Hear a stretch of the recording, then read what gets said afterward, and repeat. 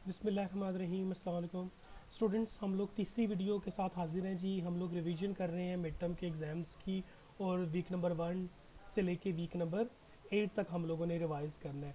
Week number 4 तक हम लोगों ने रिवाइज़ कर लिया था। वीक नंबर 5 में बच्चों कंटेम्प्रेरी अप्रोचेज़ हमारी रह गई थी। हम लोग मैनेजरियल अप्रोचेज़ पढ़ रहे थे, और कंटेम्प्रेरी अप्रोचेज़ में बच्चों जो चीज़ सबसे ज़्यादा इंपॉर्टेंट है वो ये है कि हम लोगों ने देखना है कि कंटेम्प्रेरी किसको कहते हैं। कंटेम्प्रेरी अप्रोचेज़ आ जाती हैं हमारी सिस्टम अप्रोचेज़। इसमें हमारी कंटेम्प्रेरी अप्रोचेज़ में दो किस्म की अप्रोचेज़ आती हैं, एक सिस्टम अप्रोच और एक आती है कॉन्टीजेंसी अप्रोच। ठीक है। अब चूंकि वक्त गुजरता जा रहा है, 1960s के बाद का जब वक्त आया, और ख़ास तौर पे ये जो पिछले 10-12 साल 15 साल, तो इसमें हमारे ऑर्गेनाइजेशन के जो सिस्टम्स हैं ना वो चेंज होने लग पड़े। तो सबसे पहले तो हम लोगों ने ये अंडरस्टैंड करना है कि सिस्टम क्या चीज़ होती है, और फिर हम लोगों ने ये देखेंगे कि क्लोज्ड और ओपन सिस्टम क्या चीज़ होती है। तो बच्चों, सबसे पहले हम लोगों ने ये देखना है कि आखिर हम लोग सिस्टम किसको कहते हैं। तो सिस्टम एक ऐसी ऑर्गेनाइजेशन हम कह सकते हैं, एक ऐसी हम ऑर्गेनाइजेशन भी कह सकते हैं, एक डिपार्टमेंट भी कह सकते हैं, एक ऑर्गेनाइजेशन भी कह सकते हैं, जिसमें मुख्तलिफ़ किस्म के पार्ट्स होते हैं, और सारे के सारे पार्ट्स एक दूसरे के साथ कनेक्टेड होते हैं जी। तो हम देख रहे हैं कि सिस्टम एक ऐसे कॉन्सेप्ट को कहते हैं जिसमें एक ऑर्गेनाइजेशन भी कह सकते हैं, डिपार्टमेंट भी कह सकते हैं, लेकिन हम लोग एक ऑर्गेनाइजेशन ही को एक सिस्टम समझेंगे। उस ऑर्गेनाइजेशन के अंदर बच्चों मुख्तलिफ़ किस्म के डिपार्टमेंट्स होते हैं जो कि मिलजुल कर इंटरकनेक्टेड होते हैं, और मिलजुल कर कंपनी के गोल्स को अचीव करने की कोशिश कर रहे होते हैं। और ये जो पूरा का पूरा सिस्टम होता है, इसको हम लोग तीन हिस्सों में डिवाइड करते हैं, एक इनपुट, एक प्रोसेस और एक आउटपुट। इनपुट, प्रोसेस और आउटपुट कैसे एक्सप्लेन होता है बच्चों, वो यहाँ पे हम लोग एक्सप्लेन करने की कोशिश करते हैं। इनपुट में क्या होता है बच्चों, ये देखें, ये आपके इनपुट्स है। इनपुट से मुराद ये है कि हम लोग किसी भी ऑर्गेनाइजेशन के अंदर, ये आपकी ऑर्गेनाइजेशन है सारी की सारी, और हम लोग बाहर से इनपुट्स लेके आते हैं। इनपुट्स में हम लोग रॉ मटेरियल लेके आ रहे हैं, ह्यूमन रिसोर्स लगा रहे हैं, कैपिटल पैसा लगा रहे हैं, टेक्नोलॉजी इस्तेमाल कर रहे हैं, इन्फॉर्मेशन, ये सारी की सारी चीज़ें रॉ मटेरियल लेके अपने पास रखते हैं, और फिर हम कंपनी के अंदर लेके आते हैं, इसको हम लोग प्रोसेस करते हैं। ठीक है। अगर हम लोगों ने मिसाल के तौर पे लैपटॉप्स बनाने हैं या हम गाड़ियाँ बनाते हैं, तो गाड़ियाँ बनाने के लिए रॉ मटेरियल में हम लोगों को रबड़, हम लोगों को टायर, हम लोगों को नट बोल्ट्स, हम लोगों को इंजन के पार्ट्स, गाड़ियों के सीटिंग के पार्ट्स, सारे के सारे parts as a raw material लेंगे, और उसको फिर हम अपनी कंपनी के अंदर ले जाके प्रोसेस करके एक शेप देंगे, और शेप देने के बाद हम एक प्रोडक्ट बना लेंगे जिसको हम कहेंगे कार। जब वो प्रोडक्ट बन जाएगी तो फिर हम लोग जाएंगे आउटपुट की तरफ। वो जब प्रोडक्ट बन जाएगी हमारी, या कुछ सर्विस हमारी तैयार हो जाएगी, तो फिर हम लोग उनको मार्केट में जाके सेल करेंगे। जब मार्केट में सेल करेंगे तो हमें फाइनेंशियल रिजल्ट्स मिलेंगे, इन्फॉर्मेशन मिलेगी कि हमारे कस्टमर्स को मजीद क्या चीज़ चाहिए, और ह्यूमन रिजल्ट्स हमें मिलेंगे। तो इसका मतलब क्या हुआ बच्चों, कि हम लोग इनपुट्स देते हैं कंपनी के अंदर, फिर उसको प्रोसेस करते हैं, और फिर हम लोग उसको आउटपुट करते हैं। आउटपुट से बना उसकी हम एक प्रोडक्ट बना के बाहर मार्केट में दूसरे लोगों के लिए लॉन्च करते हैं। ठीक है जी। सिस्टम्स बच्चों जो हैं वो हमारे के पास दो किस्म के हैं, एक होता है ओपन सिस्टम और एक होता है close system. Open system, close system का मतलब, पहले हम क्लोज सिस्टम डिस्कस करते हैं। क्लोज सिस्टम का मतलब बच्चों वो वाला सिस्टम होता है जो अपने इंटरनल इन्वायरमेंट से इंटरेक्ट नहीं करता, और अपने एक्सटर्नल इन्वायरमेंट से इंटरेक्ट नहीं करता, और एक्सटर्नल इन्वायरमेंट जो है वो उसको इन्फ्लुएंस नहीं कर सकता। ऐसी ऑर्गेनाइजेशंस बच्चों जिनको बाहर वाली कोई ऑर्गेनाइजेशन या बाहर वाले जो फैक्टर्स होते हैं, कंपनी के बाहर वाले फैक्टर्स, वो जब कंपनी को चेंज नहीं कर पाते, उसे हम कहते हैं क्लोज सिस्टम। ओपन सिस्टम एक ऐसी ऑर्गेनाइजेशन को कहते हैं बच्चों जो एक्सटर्नल इन्वायरमेंट से इंटरेक्ट कर लेते हैं। मिसाल के तौर पे अगर एक्सटर्नल इन्वायरमेंट में कुछ चीज़ें चेंज हो रही होती हैं, तो आप अपनी ऑर्गेनाइजेशन में भी चेंजेस ले आते हैं। जब आप एक्सटर्नल इन्वायरमेंट की वजह से अपने आप को चेंज कर लेते हैं, तो इसका मतलब है कि आपका जो सिस्टम है वो ओपन सिस्टम है।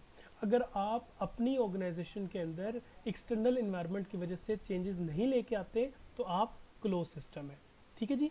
और यहाँ पे एक और क्वेश्चन पैदा होता है कि क्लोज सिस्टम वाली ऑर्गेनाइजेशन अच्छी हैं या ओपन सिस्टम वाली।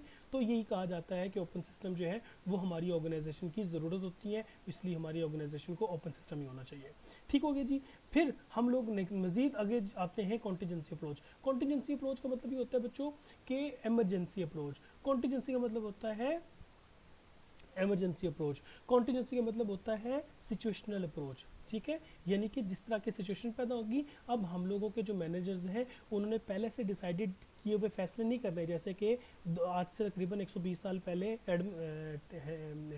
फ्रेडरिक टेलर ने कहा था कि वन बेस्ट पे बना ले और उसी के ऊपर काम करते जाए। तो आजकल की सिचुएशन जो है वो अब बदल चुकी है, और आजकल की सिचुएशन कहती है कि नहीं, आजकल ऑर्गेनाइजेशन को जो सिचुएशन फेस करनी पड़ती है उन्हीं सिचुएशंस को देखकर ही आपको डिसीजन लेने पड़ते हैं। इसको हम लोग कहते हैं इफ एंड देन अप्रोच। अगर ये हुआ तो फिर हम ये करेंगे, if this happens then we will do this, if this happens then we will do this. ठीक है, तो ये जो सिचुएशन है इफ एंड देन अप्रोच, ये आ जाती है हमारी कॉन्टीजेंसी अप्रोच में। ठीक है जी, हो गया जी। तो ये हमारे कॉन्टीजेंसी वेरिएबल्स हैं। किन किन वजह से कॉन्टीजेंसी अप्रोचेस हमारी चेंज हो सकती हैं। सबसे पहले आ जाती है ऑर्गेनाइजेशन साइज। छोटी साइज की जो ऑर्गेनाइजेशन होगी बेटा, उसके डिसीजंस जो हैं वो जिस तरह के होंगे, बड़ी ऑर्गेनाइजेशन के डिसीजंस वैसे नहीं होंगे। बड़ी ऑर्गेनाइजेशन जो कि अलग सिचुएशन फेस करती है, तो इसलिए उनके सिचुएशन अलग होंगी।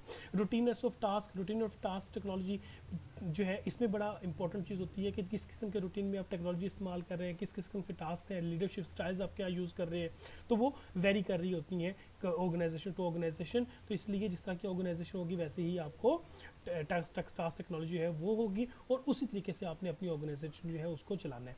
फिर इन्वायरमेंटल अनसर्टेनिटी। इन्वायरमेंटल अनसर्टेनिटी का मतलब ये होता है कि इन्वायरमेंट सर्टन नहीं होता। आज हम सोच रहे हैं कि ऐसा काम करेंगे, लेकिन 2 महीने के बाद अगर किसी किस्म की तब्दीली आ जाती है तो आपको अपने डिसीजन चेंज करने पड़ते हैं।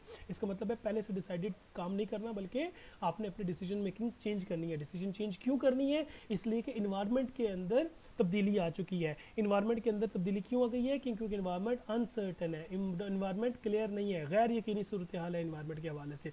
और इन्वायरमेंट की जब हम बात करते हैं बेटा, तो इसका मतलब सिर्फ वेदर या क्लाइमेट नहीं होता, इकोनॉमिक कंडीशंस भी होती हैं, कंपेटिटिव भी होता है, उसके अलावा वेदर की भी सिचुएशन बाज़ औक़ात बीच में पैदा हो जाती हैं, और उसके साथ साथ कस्टमर का बिहेवियर जो है वो भी इन्वायरमेंट में आ जाता है। फिर बच्चों आगे आएगा इंडिविजुअल डिफरेंसेस। फिर जो मैनेजर्स होते हैं ना, वो उनकी अपनी जो पर्सनैलिटी होती है ना बच्चों, वो भी अलग अलग होती है और वेरी करती है। ठीक है जी, कुछ लोग जो होते हैं उनके अंदर डिज़ायर ऑफ ग्रोथ होती है कि हम लोग इंप्रूव करेंगे, कुछ ऑटोनॉमी चाहते हैं, कुछ टॉलरेट करते हैं, कुछ एम्बिग्विटी होती है लीडर्स के अंदर, कुछ ज़्यादा एक्सपेक्टेशंस लेते हैं, कुछ की एक्सपेक्टेशंस दूर होती हैं। तो इन 3-4 पॉइंट्स के हवाले से चूँकि हमारे मैनेजर्स अलग अलग होते हैं, तो इसलिए उनके डिसीजन जो है वो भी अलग अलग होते हैं। तो अब बच्चों हम लोग यहाँ पे हमारा जब खत्म हो जाता है, तो अब हम लोग स्टार्ट करेंगे वीक नंबर 6। ठीक है जी, अब वीक नंबर 6 जो है उसमें क्या आ जाता है? प्लानिंग। ठीक है जी, जैसे कि हम लोगों ने पहले पढ़ रखा है कि हमारी जो ऑर्गेनाइजेशन है, हमने पढ़ रखा है कि हमारी जो मैनेजमेंट है उसके 4 फंक्शंस हैं: प्लानिंग, ऑर्गेनाइजिंग, लीडिंग और कंट्रोलिंग। और अब हम लोगों ने इस चैप्टर में हम लोगों ने पहले चैप्टर से स्टार्ट करना है प्लानिंग। ठीक है, understanding the first function of management क्या है? प्लानिंग। हम प्लानिंग से स्टार्ट करेंगे। ठीक हो गया जी। प्लानिंग किसे कहते हैं वो हम लोग पहले पढ़ चुके हैं। प्लानिंग का मतलब होता है deciding how to achieve the goal. ठीक है जी, क्या पहले गोल डिसाइड कर लिया, नंबर 1, और number 2 how to achieve the goal. 2 question है जिनके हमें आंसर मिलने चाहिए, एक व्हाट टू डू और नंबर 2 उस व्हाट को हाउ टू डू। ये 2 चीज़ें जो है ना हमें प्लानिंग में मालूम होना चाहिए। ये डेफिनेशन डिटेल में लिखी हुई है। ठीक है जी, आखिर मैनेजर्स प्लान क्यों करते हैं उसकी 3 रीजंस है, 4 रीजंस है। सबसे पहली, मैनेजर जो है जब प्लान करते हैं इसलिए कि प्लानिंग से हम लोगों को डायरेक्शन मिल जाती है। और हम लोगों ने अब्राहम लिंकन की एक स्टेटमेंट भी पढ़ी थी कि if you give me an assignment to cut it in 6 hours I will spend 4 hours to sharpen my saw. ये हम लोग को डिटेल में पढ़ी हुई है। फिर रिड्यूस अनसर्टेनिटी। जब हम प्लान कर लेते हैं तो गैर यकीनी सूरत हाल हमारे सामने पैदा नहीं होती, अनसर्टन सिचुएशन नहीं होती, बल्कि बहुत सी चीज़ें हमारे सामने क्लियर हो जाती हैं। फिर तीसरे नंबर पे होता है कि प्लानिंग से हमें minimise waste and redundancy. Waste का मतलब होता है कि जब कोई चीज़ बाज़ों का हम ज़्यादा प्लानिंग अगर हमने की होती है तो हम कोई चीज़ जो है वो ज़रूरत से ज़्यादा भी नहीं मैनेज करते और ज़रूरत से कम भी मैनेज नहीं करते। ज़रूरत से ज़्यादा मैनेज करेंगे तो क्या होगा? ज़ाया हो जाएगी चीज़, और ज़रूरत से कम करेंगे तो कमी आ जाएगी। वेस्ट का मतलब होता है चीज़ का ज़ाया हो जाना, रिडंडेंसी होती है बच्चों किसी चीज़ की कमी, और वेस्ट रिडंडेंसी का जो ऑपोजिट है उसे अबंडेंसी कहते हैं। ठीक है जी, अबंडेंस। फिर फाइनली चौथा क्या रीज़न है कि मैनेजर जो है वो प्लान करते हैं कि जब हम लोगों ने, जैसे कि अभी थोड़ी देर पहले हमने पढ़ा कि प्लानिंग, ऑर्गेनाइजिंग, लीडिंग, कंट्रोलिंग, ये जो कंट्रोलिंग चौथे जब हम फंक्शन पे आते हैं ना, तो चौथे फंक्शन में हमने कंट्रोल करना होता है, हमने इवेल्यूएट करना होता है। और इवेल्यूएट किसके अगेंस्ट चेक करेंगे हम लोग? प्लान जो हम लोगों ने किया होगा उसको हम लोग स्टैंडर्ड बनाएंगे, और उस प्लानिंग के स्टैंडर्ड को यूज़ करके हम इवेल्यूएट करेंगे, और इवेल्यूएशन के वक्त भी हमारी प्लानिंग हमारे काम आती होती है। ठीक है जी। प्लानिंग और परफॉर्मेंस, इसका पॉजिटिव रिलेशनशिप है। ये भी अब लोग अगर वीडियो देखें हमारी इस वीक की वीडियो देखें तो हम लोगों ने नेगेटिव और पॉजिटिव रिलेशनशिप्स आपको बताया था। पॉजिटिव रिलेशनशिप का मतलब होता है जब एक चीज़ में इजाफा हो रहा होता है तो दूसरी चीज़ में भी इजाफा हो रहा होता है, इसको हम लोग कहते हैं पॉजिटिव रिलेशनशिप। नेगेटिव रिलेशनशिप, अगर एक चीज़ में इजाफा हो रहा है और दूसरे में कमी हो जाए, या एक चीज़ में कमी हो रही है और दूसरी चीज़ में इजाफा हो रहा होता है उसके अपोजिट, तो इसको हम लोग कहते हैं नेगेटिव। पॉजिटिव का मतलब एक में इजाफा हो रहा है दूसरी में इजाफा, एक में कमी हो रही है दूसरे में भी कमी।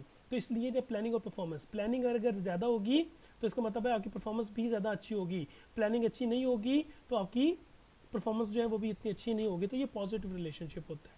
फिर हम लोग पढ़ेंगे गोल्स एंड प्लान। सबसे पहले बच्चों पढ़ेंगे गोल्स क्या होते हैं। गोल्स का मतलब होता है डिजायर्ड आउटकम, ये हम लोगों ने पढ़ लिया हुआ है।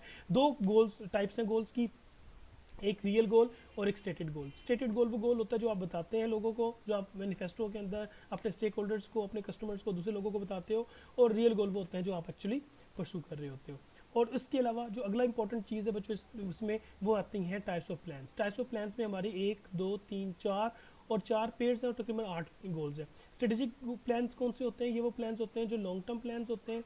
ठीक है जी। ऑपरेशनल प्लान, और ये इंटायर ऑर्गेनाइजेशन को कवर करते हैं। Operational plan relatively short term होते हैं और ये एक खास स्पेसिफिक फील्ड को कवर करते हैं, ये पूरी ऑर्गेनाइजेशन को कवर नहीं करते। लॉन्ग टर्म प्लान जो होते हैं वो 5 साल या 5 साल से ज़्यादा या 3 साल से ज़्यादा, और शॉर्ट टर्म प्लान जो 1 साल या 1 साल से भी कम में हम लोग अचीव कर रहे होते हैं। फिर डायरेक्शनल प्लान आ जाते हैं। डायरेक्शनल प्लान से मुराद ये है कि आप सिर्फ और सिर्फ गाइडलाइंस देते होते हैं।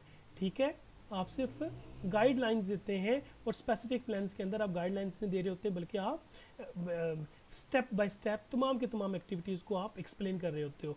ये इसमें डायरेक्शन प्लान में सिर्फ गाइडलाइंस देते हो और स्पेसिफिक प्लान्स के अंदर कोई चीज़ जो है वो अनक्लियर नहीं होती, हर एक चीज़ क्लियर होती है, एम्बिगुइटी ख़त्म हो चुकी होती है, एक स्टेप आपने एक्सप्लेन कर दिया होता है।